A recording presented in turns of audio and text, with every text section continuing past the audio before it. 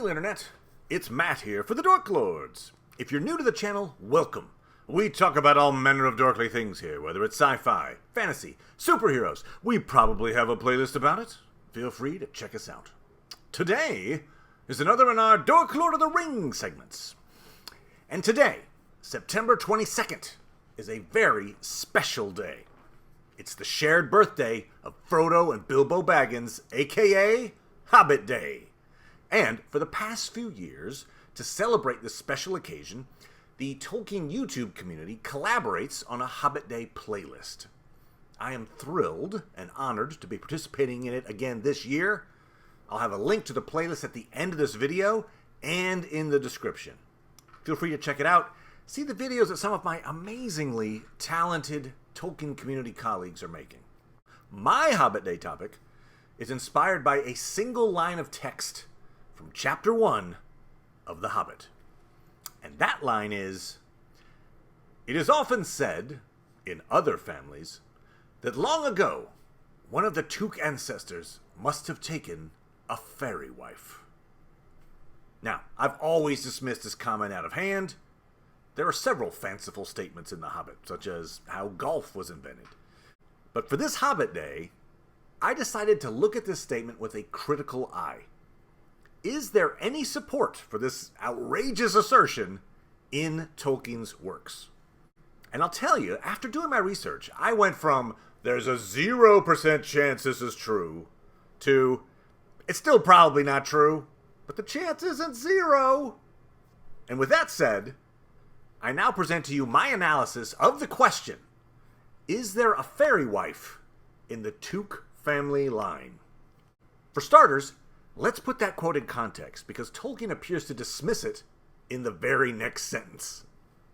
As I was saying, the mother of this hobbit, of Bilbo Baggins that is, was the famous Belladonna Took, one of the 3 remarkable daughters of the old Took, head of the hobbits who lived across the water, the small river that ran at the foot of the hill. It was often said, in other families, that long ago one of the Took ancestors must have taken a fairy wife. That was, of course, absurd.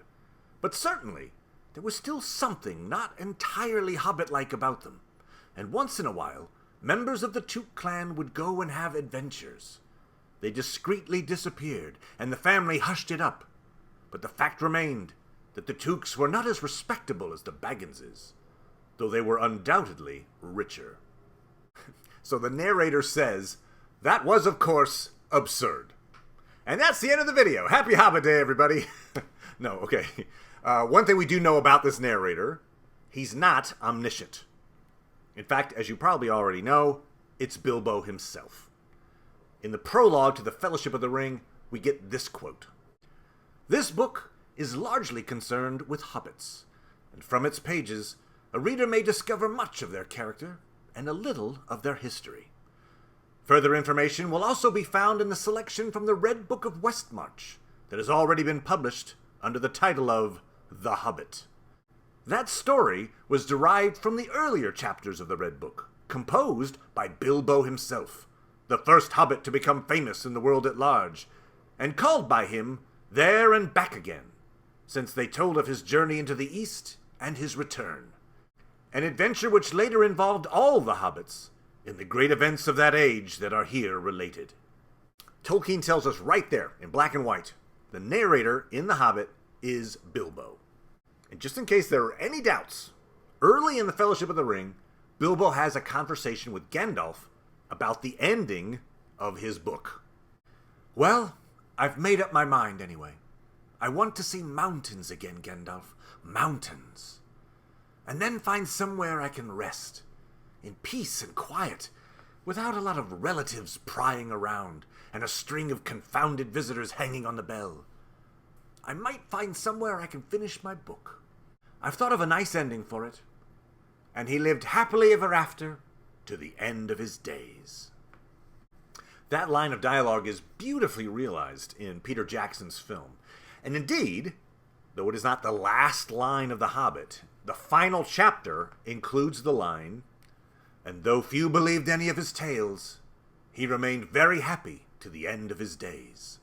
And those were extraordinarily long. I offer that reminder that Bilbo is the narrator to say, how does he know whether the fairy wife story is absurd? The written record of the Took family goes back hundreds of years, but A, it's certainly not an infallible record, and B, the ancestry of the Tooks predates that written record by potentially 1,000 years. We get this quote from the prologue. Of their original home, the hobbits in Bilbo's time preserved no knowledge. Their own records began only after the settlement of the Shire, and their most ancient legends hardly looked further back than their wandering days. So Bilbo doesn't have any first-hand, second-hand, or even third-hand knowledge that the fairy wife story is absurd. I think he's just saying that because at that time, late in the Third Age, sitting in the little insular enclave of the Shire, it seems unthinkable that a hobbit could ever have a relationship with a fairy. And by fairy, I think he means elf. As proof, I looked up the other uses of the word fairy in The Hobbit. There aren't many. In fact, I think there's only one. But it does appear to be on point. The feasting people were wood elves, of course. These are not wicked folk. If they have a fault, it is distrust of strangers. Though their magic was strong, even in those days they were wary. They differed from the high elves of the West, and were more dangerous and less wise. For most of them were descended from the ancient tribes that never went to fairy in the West. There the light elves and the deep elves and the sea elves went and lived for ages, and grew fairer and wiser and more learned, and invented their magic and their cunning craft in the making of beautiful and marvelous things, before some came back into the wide world. There we see a description of Aman, the West, as fairy, F-A-E-R-I-E. And it's being used to describe the lands to which the wisest and fairest of the elves journeyed. In Bilbo's eyes, it's a realm populated by many types of elves, and incidentally, a land to which the wood elves never ventured. So, since Bilbo refers to fairy as a land populated by elves, I think his use of the term fairy wife refers to an elf. And note back to that original quote. When Bilbo says it's absurd that an elf married a Took, his very next line is, but certainly there was still something not entirely hobbit-like about them. As though he's immediately questioning whether or not it is an absurd notion. Is it? Let's find out. First, on the issue of could a hobbit have children with an elf, the answer undoubtedly is yes. As for where hobbits fit in the genetic spectrum, we get this quote from one of Tolkien's letters. The hobbits are, of course, really meant to be a branch of the specifically human race, not elves or dwarves. Hence, the two kinds can dwell together, as at Bree, and are called just the big folk and little folk. So, since we have multiple examples of humans having relationships with elves, and hobbits are humans, case closed as far as could a hobbit and an elf have children. And now we come to an important point. I've done a video on this before, but in the prologue to The Lord of the Rings, Tolkien describes 3 distinct types of hobbits. Pay attention to the description of the Fallowhides, and note that the Tooks are of the Fallowhide strain. Before the crossing of the mountains, the hobbits had already become divided into 3 somewhat different breeds: Harfoots, Stoors, and Fallowhides. The Fallowhides were fairer of skin, and also of hair, and they were taller and slimmer than the others. They were lovers of trees and of woodlands. The Fallowhides, the least numerous, were a northerly branch. They were more friendly with elves than the other hobbits were, and had more skill in language and song than in handicrafts. And of old they preferred hunting to tilling. They crossed the mountains north of Rivendell and came down the river Horwell. In Eriador they soon mingled with the other kinds that had preceded them, but being somewhat bolder and more adventurous, they were often found as leaders or chieftains among clans of Harfoots or Stoors. Even in Bilbo's time, the strong Fallowhidish strain could still be noted among the greater families, such as the Tooks and the Masters of Buckland. Okay, A lot of useful information in that paragraph. We learn that the Fallowhides are taller, slimmer, and fairer of skin than the other hobbits. Hence the name Fallowhide, which means pale skin. Tolkien says they were more friendly with elves than the other hobbits, suggesting the elves reciprocated that friendship. They were lovers of trees and woodlands. They were the least numerous and most adventurous of the hobbits, and they were typically the clan chieftains. That's a fair number of un-hobbit-like traits, as Bilbo would say. And the quote specifically names the Tooks as a family that still demonstrates a strong Fallowhidish strain. Another important passage in that quote describes the Fallowhides' migration west. They crossed the mountains north of Rivendell and came down the river Horwell. In Eriador, they soon mingled with the other kinds that had preceded them. The other kinds being Harfoots and Stoors. This is where we see the blending of the different strains of Hobbit. But the obvious implication is that there was a time when the Fallowhides, friends of the elves, were on their own. When was this? I think we get the answer in the appendices.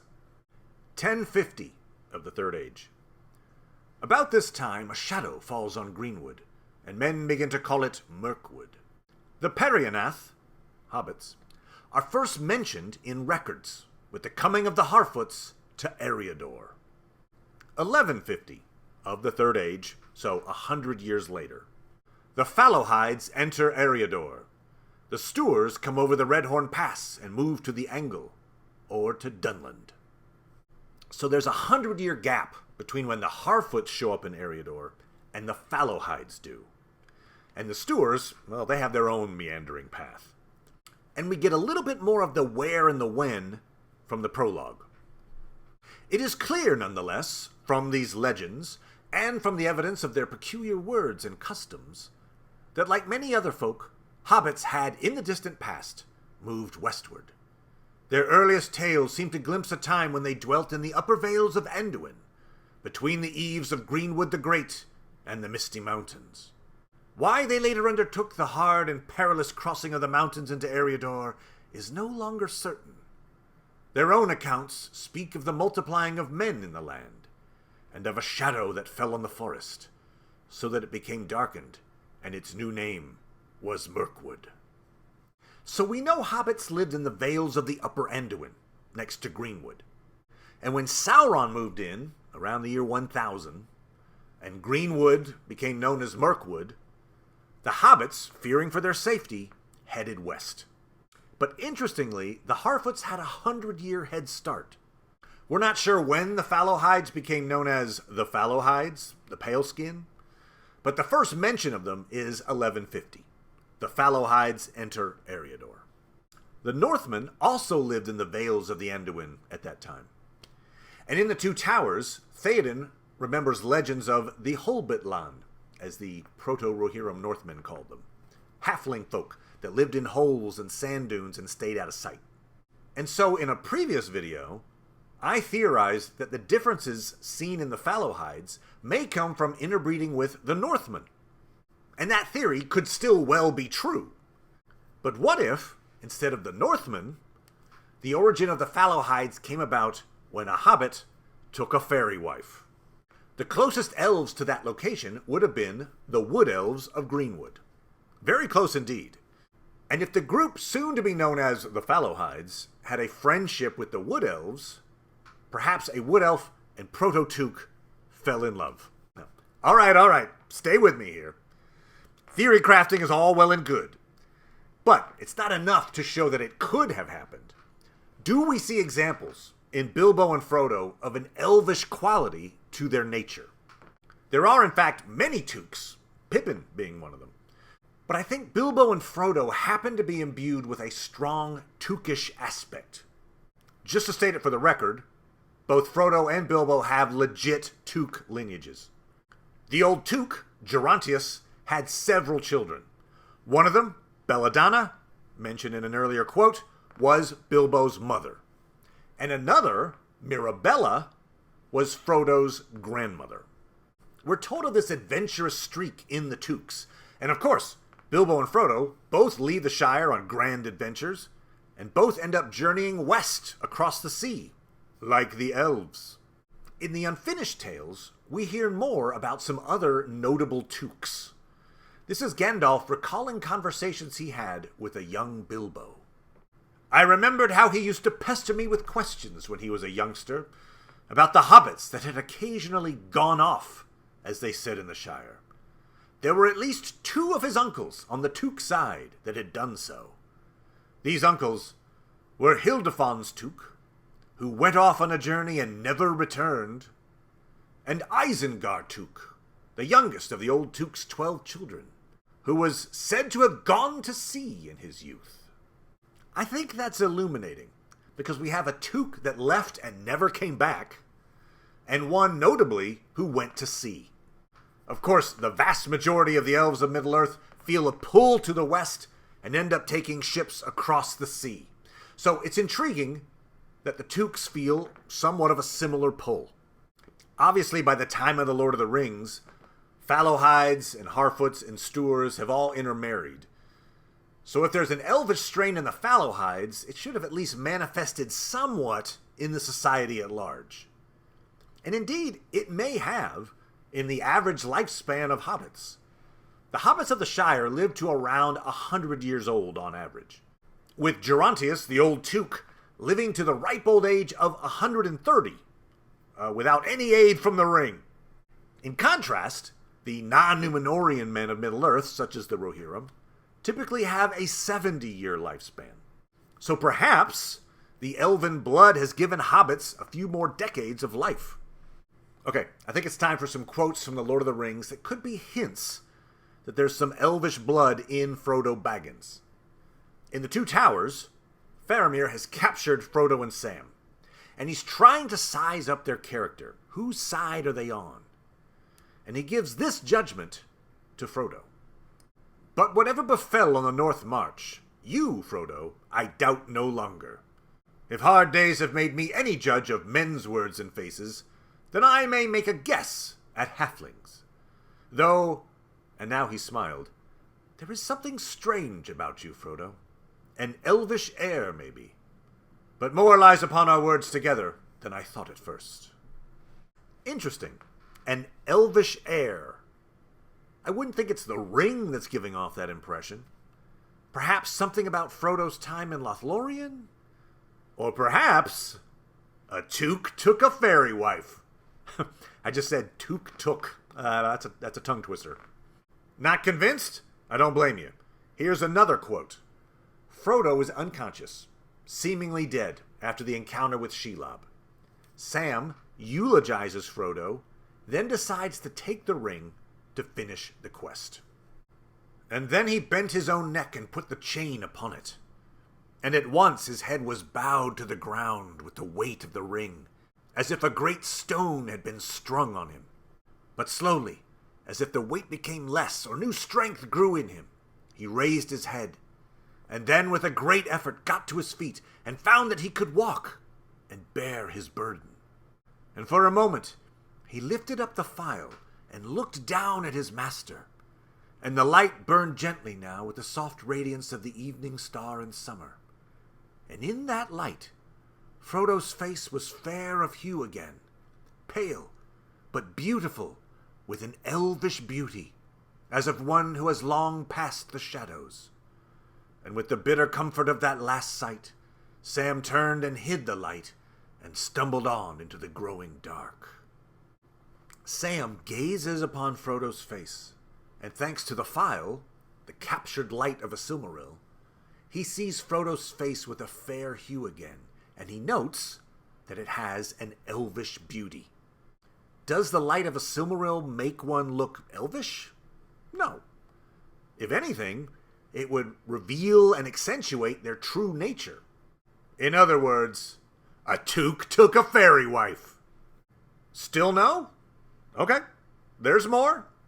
In the Fellowship of the Ring, Frodo has a number of meaningful dreams. I've done videos on some of them, but one dream in particular is very difficult to explain. It was written in an early draft, and so some of the imagery is attached to an older form of the story, one in which Gandalf was trapped by the Nazgul in the western White Tower.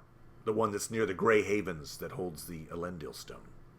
This was eventually replaced with Gandalf being imprisoned by Saruman at Orthanc. But even with that knowledge, this dream leaves open-ended questions. When at last he had got to bed, Frodo could not sleep for some time. His legs ached. He was glad that he was riding in the morning. Eventually, he fell into a vague dream, in which he seemed to be looking out of a high window over a dark sea of tangled trees. Down below among the roots, there was a sound of creatures crawling or snuffling. He felt sure they would smell him out sooner or later. Then he heard a noise in the distance. At first he thought it was a great wind coming over the leaves of the forest. Then he knew that it was not leaves, but the sound of the sea far off. A sound he had never heard in waking life, though it had often troubled his dreams. Suddenly, he found he was out in the open. There were no trees after all. He was on a dark heath, and there was a strange salt smell in the air. Looking up, he saw before him a tall white tower, standing alone on a high ridge. A great desire came over him to climb the tower and see the sea. Very evocative dream. A couple of important lines there. He recognizes the sound of the sea, even though he's never heard it in waking life. And most importantly, again, even though he's never heard the sea, it's often troubled his dreams. That means he had dreams about the sea before he became a ring bearer, before any of the events of the Lord of the Rings. Yes, his parents tragically drowned, but they did not drown at sea. So PTSD doesn't really seem to be the cause. Is this Ulmo's work? It's tough to explain this recurring dream. But I noted earlier, the Tooks have a pull to journey, and one of them even went to sea. I think these dreams are inspired by his Took ancestry. And note that final line, when he's standing next to the White Tower. A great desire came over him to climb the tower and see the sea. That's very informative, because that's the tower known as Elostirion. As I mentioned, it holds a Palantir, the Elendil Stone. But that stone isn't plugged into the other stones of Middle-earth. It only gazes one direction, west, to the shores of Aman. And through the character Gildor Inglorion, the elf, we learn that elves make regular pilgrimages to the tower, climb the steps, gaze into the stone, and perhaps catch a glimpse of their patron Vala, Elbereth, aka Varda. So, Frodo feeling the desire to climb the tower, to see the sea, is an elvish desire. It's sounding more and more possible that a Took took a fairy wife. So there's my evidence. Again, do I think it's likely that at some point in the Third Age, an elf and a hobbit had a child? Probably not. And in fact, part of the power of The Hobbit and The Lord of the Rings is that Bilbo and Frodo are simple hobbits. They're not Númenórean heroes, or wizards, or ageless elves. They're us. So it would go against the theme of the story to say, and by the way, they have elven blood, so that explains it. Hence, it makes sense that Tolkien wouldn't come out and establish that fact. But I do think Tolkien assigns, to Frodo in particular, an elvish virtue. Now, whether that's metaphorical or genealogical is up to you. There you have it. Thanks, everyone, and happy Hobbit Day. Please check out the other incredible videos on the Tolkien YouTube collaboration playlist. Fare thee well. Bye-bye.